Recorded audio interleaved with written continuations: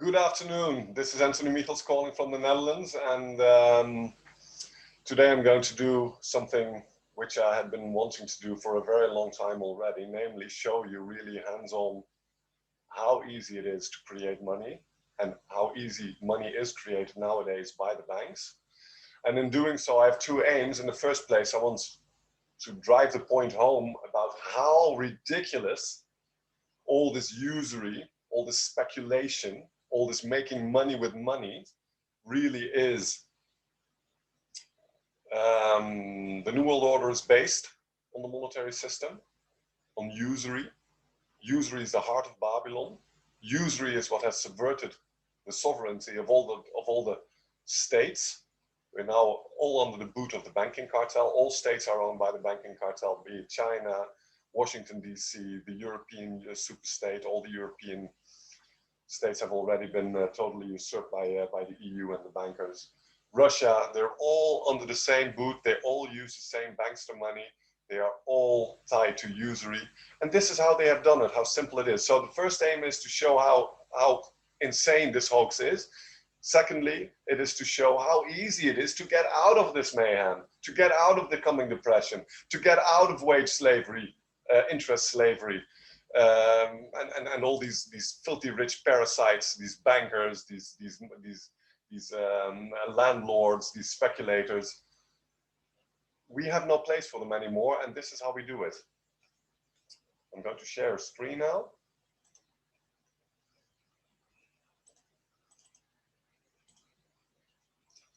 And I want you to understand this is a database. Any database can just be opened in an Excel sheet or an open office document as this is. Every bank has its own database of all its account holders, the credit lines, all the transactions that are ongoing on the account, and this is how it looks on the inside. And this is what I do when I manage the Florijn. I'm basically managing the database of the monetary system. Okay, so the idea is this: we have a total depression. The money supply is just crashing. Banks won't lend anymore, and if they do, it's with high interest rates. Normal people can't get normal credit, small business can't get financed, etc., etc. In short, what we can do when the depression which is coming will come. First, what we do is basically we create a local economy with local people, could be on a national level, and we give everybody an account. So let's start with Jake. And there's Jill. There's Joan, there's Jack, there's Jacob, and Dr. Jekyll. So this is the local economy. These are all the players, and obviously we can have 1 million players here, or even 1 billion. Everybody is sitting at zero because there is no money in circulation anymore. Everybody's broke. The bankers are bankrupt. There's no money in circulation in the local economy. Also, in our situation, we begin with zero. There is no money here. All we do is give everybody a credit line. Say maybe 100. Could be 1,000. Could be 10,000. In this case, in this example, we're going to give everybody a 100 credit line, but that's not the way we work in a real situation. People with more credit could get more credit.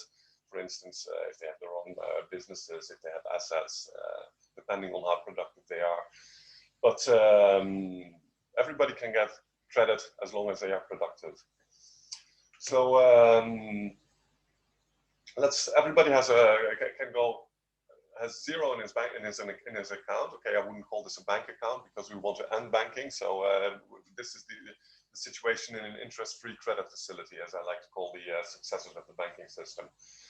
So everybody gets a -100 credit line, and Jake is going to be the first to do a transaction. He's going to buy with Jill. So he buys something 50 worth. The others are still at zero. And what we can see here now is that Jake has used his credit line, and he's now at -50. And Joan is at +50. And now we have the first money in circulation. 50 in circulation. Total credit outstanding 50 also. money supply 50, credit minus 50. And as you can see, it's a zero-sum game, which it always should be in a decent monetary system. In a decent monetary system, there's always as much credit outstanding as there is money in circulation, because the money is created as credit.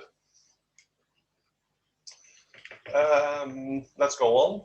Joan is going to do something with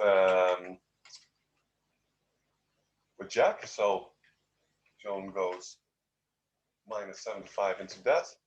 Jack makes 75 in turnover. Jacob and Dr. Jekyll are still at 0. Money supply 125. Credit outstanding minus 125. Now we're going to use already created money, because that can now happen. We have 125 in circulation, so not all transactions need to be financed with credit anymore. We have actual money in circulation now. So let's say that Jill goes to spend her 50 or maybe 25 in with Jacob's. The others stay the same balance. Jacob is now going to have 25 in his account, and Dr. Jekyll remains at 0 for the time being. So now we have a money supply of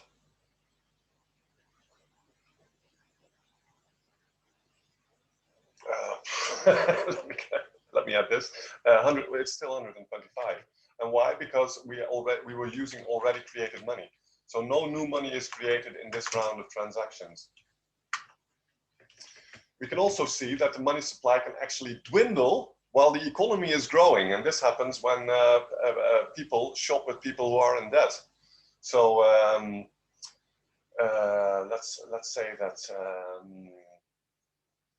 Jack is going to shop with Jake, and he's going to spend that 75 of his with Jake. So Jake is going to have 25.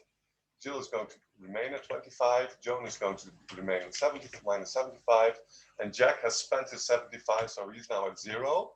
And Jacob and Dr. Jekyll are still at their original balances. Now we have a money supply of 75 and outstanding credit minus 75. Still a zero-sum game. Everything has gone according to the rules. Money supply is decreasing, while the economy is actually increasing because we see more economic activity. We have transactions. But as you can see, and this is where I'm going to stop for now, because this is a first introduction into how easy it is to create money and how it really works, both in a bank and in an interest-free credit facility like the Florijn, the currency that I manage. And this is what the bankers have usurped. Because what they do exactly the same as we do here. There are technical differences, but the basic scheme is this. But what they do is say, and this is the big difference, at the Florijn, my interest-free currency, we say we are the bookkeepers of the people using the Florijn. We are not the owners of the credit. The people are the owners of the credit. The users of the system are the owners of the credit. We are just their bookkeepers. The monetary system has no other purpose than simply to show the balance in trades between the different players in the economy.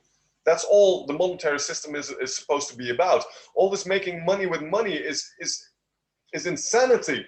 Money is a means of exchange to exchange real production, real services. It's not for rich people to gobble up as much money as possible and then see that money grow with 5% per year by doing nothing. That's not what money is supposed to be about. But the bank has usurped this money creation process, and they have taxed it with usury. And that is what everything is all about in the New World Order, in banking, in economics. And either we can continue with this system and get totally enslaved, and we're now in the end game of the system, of course, or we can escape the system by creating new currencies, both on a regional, local level by private players, and on a national level by governments. Both parties can do this, Governments, of course, are totally under the boot of the bankers, so they're the absolute last who will do this. But theoretically they can, and there is nothing stopping normal people like ourselves from starting to do this in local economies. And this is the way forward. And this is the only way forward too.